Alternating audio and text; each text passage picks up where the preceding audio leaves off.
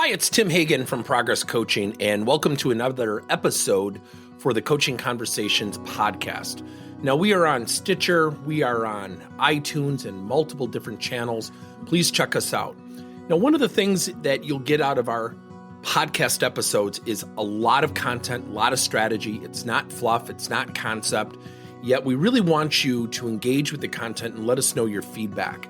If you have any questions, feel free to reach out to us. If there's topics you'd love to have us address, we would love to share them with you. Let us know your impact and let us know your feedback. Workplace coaching continues to grow. Organizations like the International Coaching Federation and the Association for Talent Development continue to support these endeavors. Two great organizations. And when you think about workplace coaching, and I think about the work we've done here at Progess Coaching, we've been teaching leaders how to coach for the last 30 years. Now, workplace coaching has really changed. Now what's coming into play is artificial intelligence. There are tools out there that will actually coach people directly, and we're all for them. We've actually built our own artificial intelligence tool. Yet at the end of the year, something's going to happen. At the end of the year, there's going to be an end-of-the-year review. That end-of-the-year review is not going to be done by an artificial intelligence tool. And I also contend if it is done or used as input for the evaluation, there will be tremendous pushback. Now, this also coupled with leaders are busier than ever. They are busier than ever.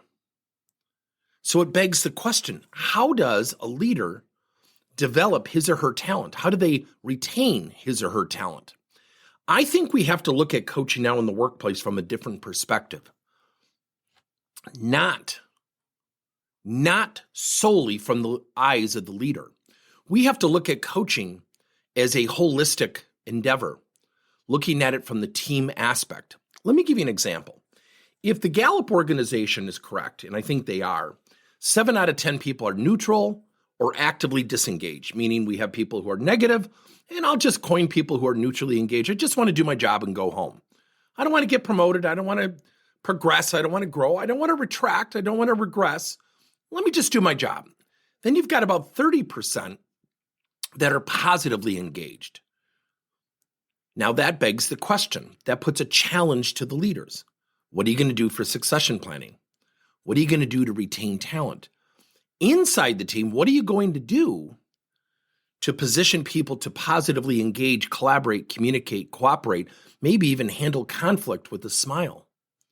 That is a daunting task. So here's a couple ideas that you can utilize. Number one, don't let the leader be the only coach. Think about having a coaching champion, somebody that is well-trained to coach his or her peers. Number two, facilitate something that we call rotating peer-to-peer coaching. One of the things that we have to do is get people working together, yet developing one another's talent that doesn't only require the leader's time.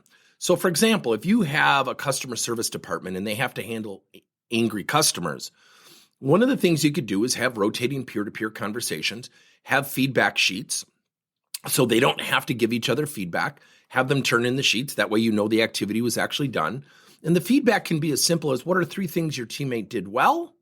And what's the one area where you feel like they have an opportunity to improve? Here's the hidden sauce. Here is something really cool you can use.